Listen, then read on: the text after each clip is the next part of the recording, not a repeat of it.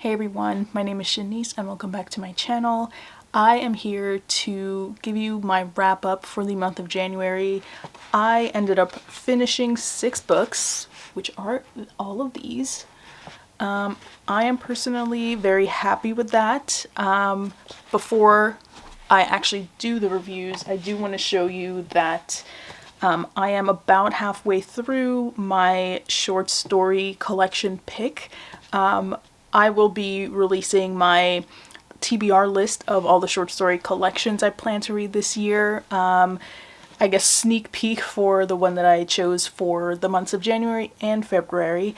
So I'm halfway through, well, actually a little bit more than halfway through that pick, and also halfway through my Latin American pick for the months of January and February. So the first one is Cien Años de Soledad.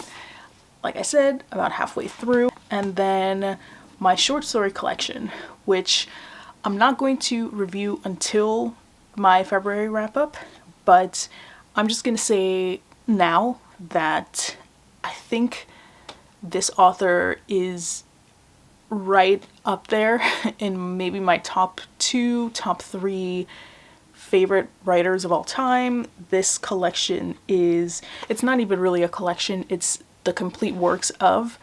I'm blown away. She is a remarkable writer.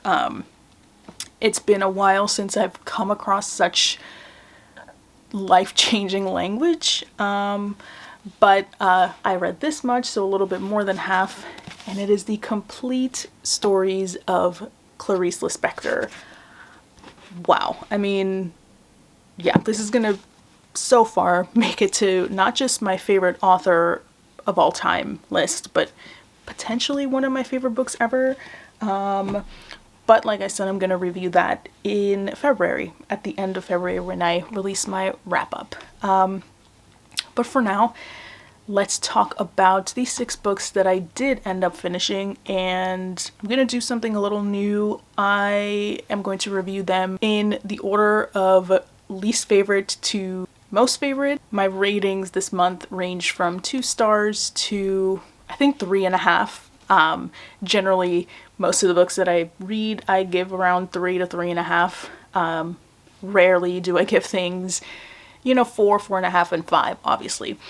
So, unfortunately, my least favorite book this month was a new one. It was a National Book Award finalist. It was translated by Damien Searles, written by Jan Fosse. It's called A Shining. So this book is about a middle-aged man who is driving one day. He drives off into the woods for some reason, and it starts snowing and he gets stuck in the woods. His car stops working and he realizes now he has to find his way back home, back out of the woods for some help. And all the book is him pretty much spiraling. The whole book is one big uninterrupted paragraph. At first I thought, why did I pick this book? This is not going to work for me. Then something happens around, I think it was page 27. Yes. And I thought, okay, this might turn into something. Without spoiling anything, I mean, the title alludes to it, but this man who is now stuck in the woods and panicking because he needs to find help, but is overthinking things, and he's making himself more anxious and therefore stalling and not really acting and doing what he needs to do to actually get help.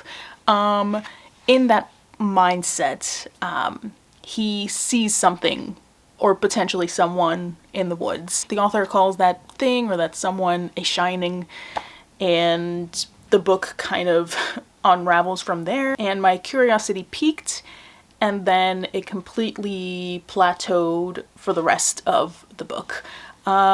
It reads very much like a religious allegory. It almost is like a more refined, more literary The Alchemist by Paulo Coelho, which is a book I don't really like that much, just because of its simplistic life lessons. You know, I don't think you necessarily need to read the book to know those life lessons. I think the story itself can be read like a metaphor for life, for finding your way in life, for not understanding life but pushing through, for uncertainty, for loss. There are certain times where this shining is potentially God. It could also be death. I liked the wintry vibes in here. You know, there's a lot of snow, there are the woods. It's a little bit spooky for the, you know, half a page that I thought it was gonna go somewhere. But I just didn't think it did anything unexpected.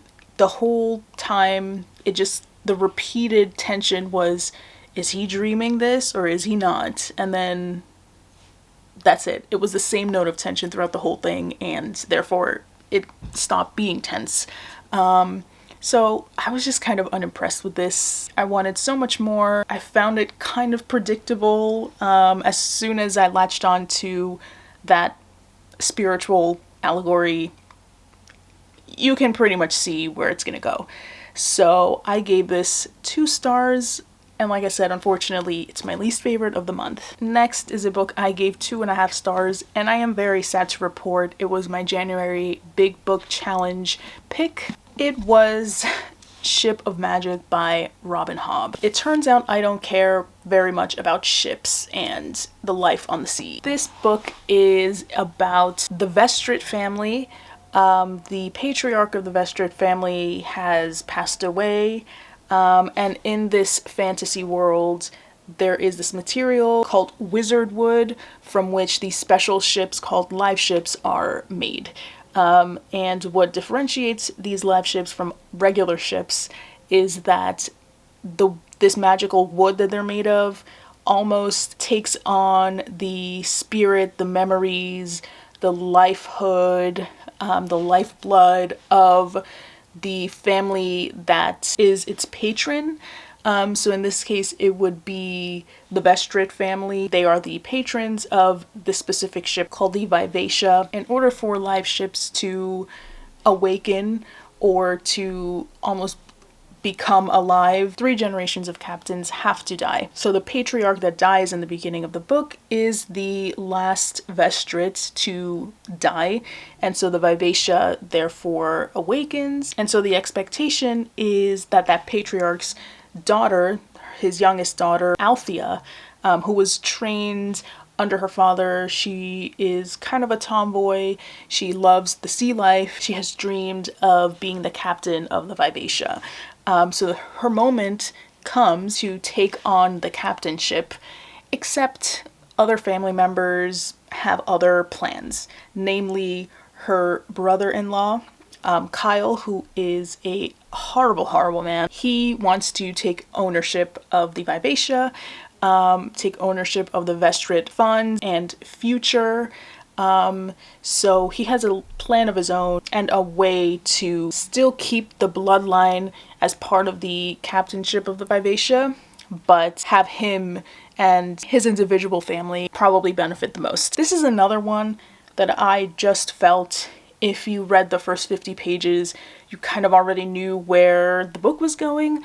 Alongside that live ship plotline is another plotline with this pirate named Kenneth. He has a plan to unite all the pirate kingdoms under him as king, and as the book progresses, his dream and his obsession becomes to capture a live ship. And if you think you know where this book is going, you are correct.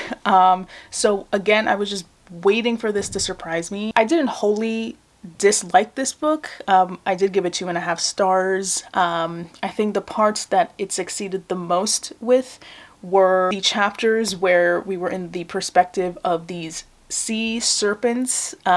They eat slaves that are thrown off ships. There's also this unexplained, but I'm sure to be explained in book 2 and 3 of the series, this unexplained myth of She Who Remembers, which seems to be another serpent that has a lot of power, that these serpents that were in the mind of are trying to identify. They're trying to find She Who Remembers. Other things I really liked were the live ships themselves. I loved learning about their connections with each other and almost how in the state of solidarity for other live ships that are being mistreated, some live ships can just not sail. So again, it's to show support for their fellow live ships. I thought that was really cool. I liked that element. I also liked the character of Malta. She is one of Kyle's children, and her storyline, I mean, it's pretty typical of books like Game of Thrones or really any Regency romance. It's trying to marry her off to someone that can make the family money, the most viable man who courts her.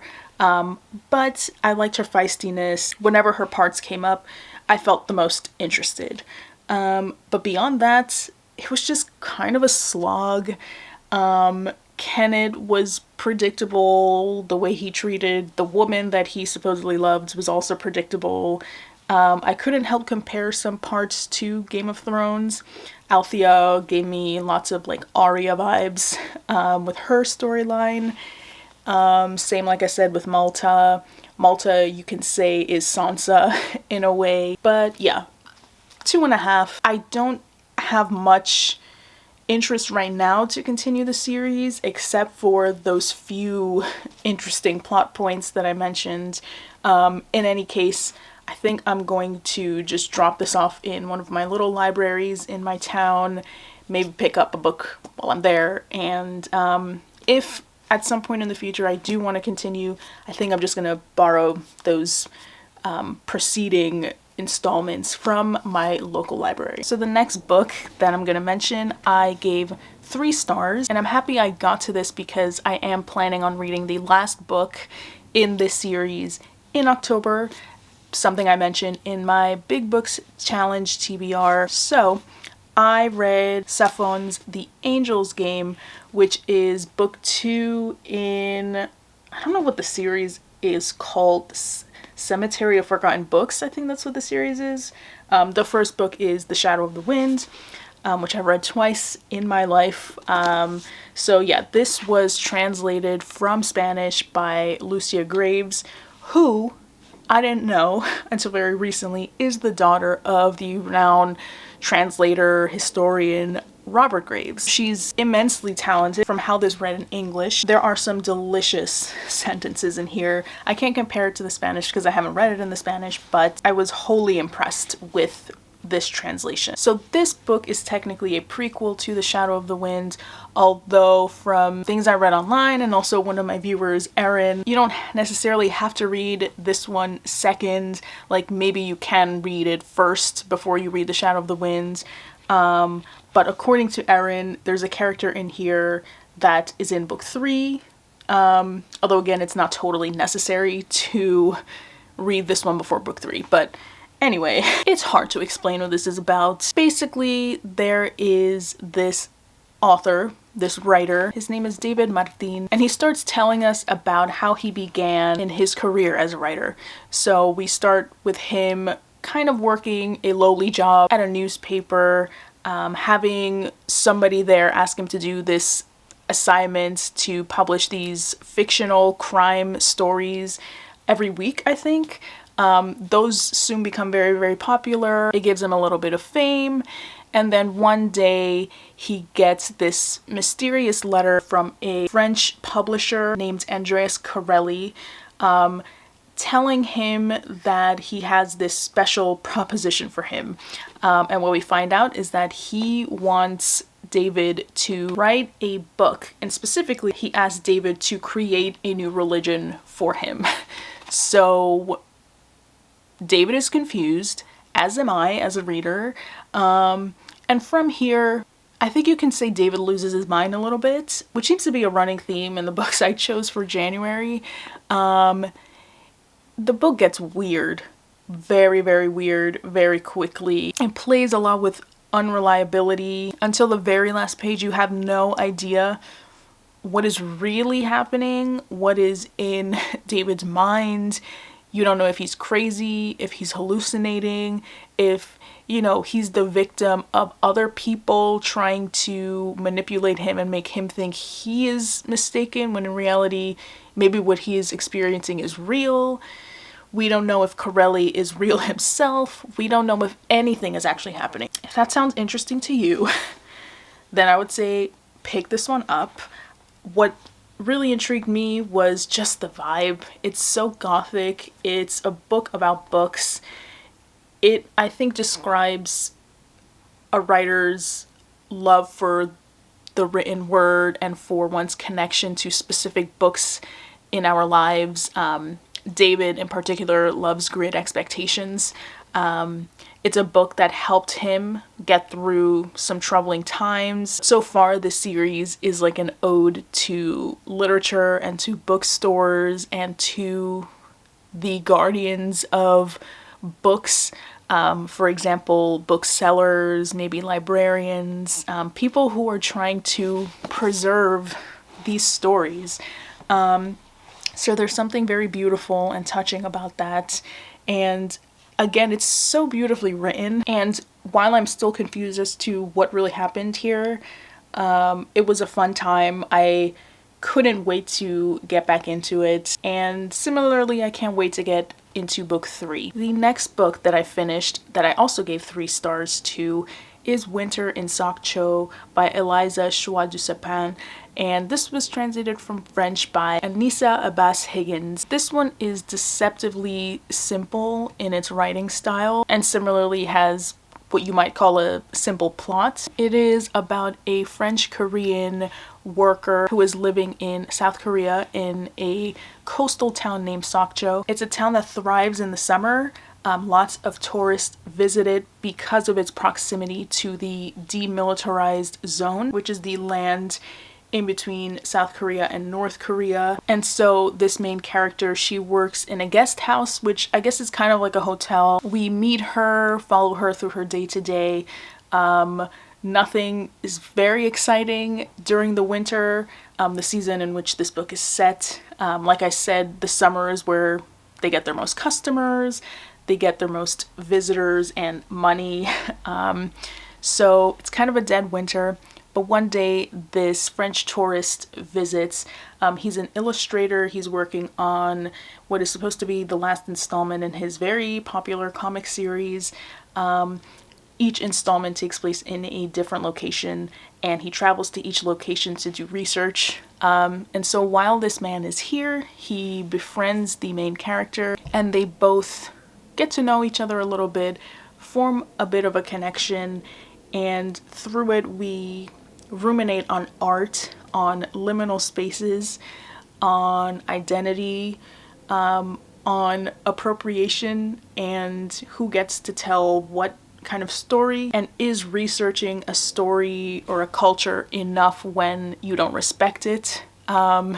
So, like I said, deceptively simple, but it packs a lot. The language to me felt icy, kind of like the weather depicted. But I guess seeing what du Sapin can do with her writing, that last page was phenomenal. And I guess with what I had heard before I read this, it being such a meditation on art and identity and all of that, I guess it left me wanting more, which is, you know, not du Sapin's fault. It's just my expectations as the reader just weren't met all that much.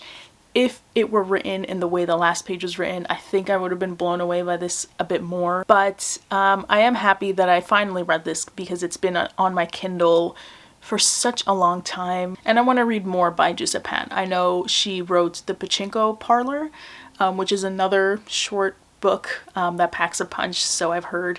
So yeah, I ended up giving this 3 stars. The last 2 books that I will review are now in my 3.5 stars territory. The first of which is The Weight of Things by Marianne Fritz, and it was translated from German to English by Adrian Nathan West. What a weird book. Again, characters who are mentally a little unwell. So we begin with 3 characters. Wilhelm, who is a chauffeur, his wife Wilhelmine, and Wilhelmine's sister Berta, who seems to be in some sort of institution of sorts. She lives away from Wilhelmine and Wilhelm, but we don't know anything. We don't know why, but they want to go visit her. And from there, in this book, time convolutes, time collapses, characters collapse into themselves. There are a lot of repeating names that might confuse you at first, but all I can say is just keep going. Things will make sense in the end. The violence starts creeping up on you and kind of whacks you in the face by the end, and before you know it, it's done. The backdrop is World War II. It's very much in the background. Some characters make jokes, and you might not even catch that they are jokes about the Holocaust, but they are there, and if you don't concentrate, they might pass you by. At first, the tone is kind of jovial, and I could almost see like Wes Anderson making a film adaptation of this, the way that it moved and its rhythm, but it soon turns pretty horrific and psychological. With every page you turn, a new layer of the story is peeled back, and the writing, though it is exploring very dark subject matter, is so light and cutting. There's a phrase in here that I will never forget. Marianne Fritz says, "the thawing of youth."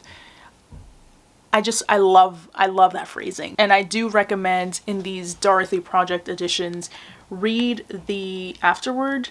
In this edition, the translator wrote the afterword, and it is very good. I'll read you a quote from it. It's the last line. Adrian Nathan West says, "Freedom is not absent amid the duress of time past, but remains in the artwork as an imaginative horizon, the space of the dreaming mind that cannot but turn away from its own degradation, and the compulsion to defiance that imbues it like a calling." So I thoroughly enjoyed this, if enjoy is really the right word. And I'm very curious about other books published by a Dorothy Project. I had never heard of them before, but it seems like Persephone Books, which I guess is more of a UK publishing company. They seem to put a lot of thought into the books that they curate. And then my favorite book of the month, another 3.5 star read, and I can't even believe that I'm saying this, but it is a reread for me. I finally did it, and I'm very happy that I did. It is The Fifth Season by N.K. Jemisin. I originally read this and gave it 2 stars, but I don't know. I guess it was just the right time this time around.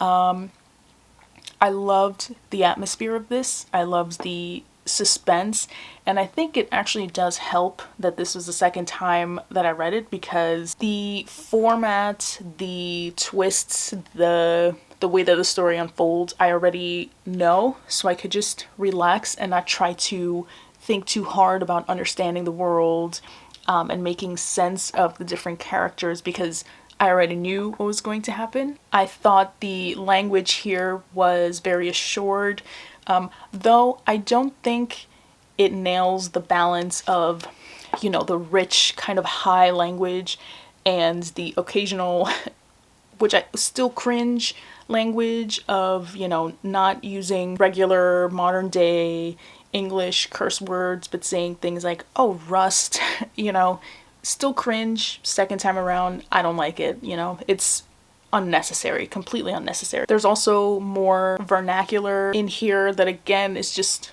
I don't think the writing finds the perfect balance, but it was more bearable this time around. So for those of you who don't know, we follow 3 characters. One is Esun, who recently experienced a traumatic incident, and she is trying to look for her missing daughter named Nesun. All the second person chapters are from Esun's perspective. I'm just, you know, if you're going into this, just know that those chapters are supposed to be Esun. If you've read this already, you know it's a little bit more complex than that, but you have to read the book to find out why. That's one character. Another character is Damaya. Damaya is forced by her parents to go to the Fulcrum, which is a place where Origines are trained to harness their powers for good. An Origine is someone that can kind of manipulate the earth. They can almost sense the water, the energies of the world and shift it. It's almost like they have the power of plate tectonics within them. It's more complex than that, but that's the essence of it. And so Demaya is in the fulcrum, and she is assigned a guardian who is supposed to train her, and his name is Shafa. Then the third character is Cyanite, who has already kind of passed the fulcrum early training, is assigned to this 10 ringer. You essentially obtain a new ring with a new level of origin skill that you pass. So Cyanite is a 4 ringer, and she's assigned to Alabaster, a 10 ringer, for reasons of procreation. I guess they want to just produce the most powerful origins possible. That is all I really want to say. Things converge, and the ride can be challenging if this is your first time reading it, because Jemison doesn't do exposition very much. She doesn't explain things. She just throws you in, and you're kind of expected to follow, just to catch up, do your best, use context clues, which again can be very challenging, and was one of the things that drove me crazy the first time.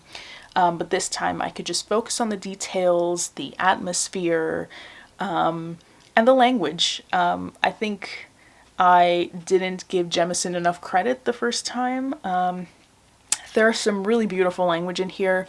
Again, some cringe moments too, but what can we do?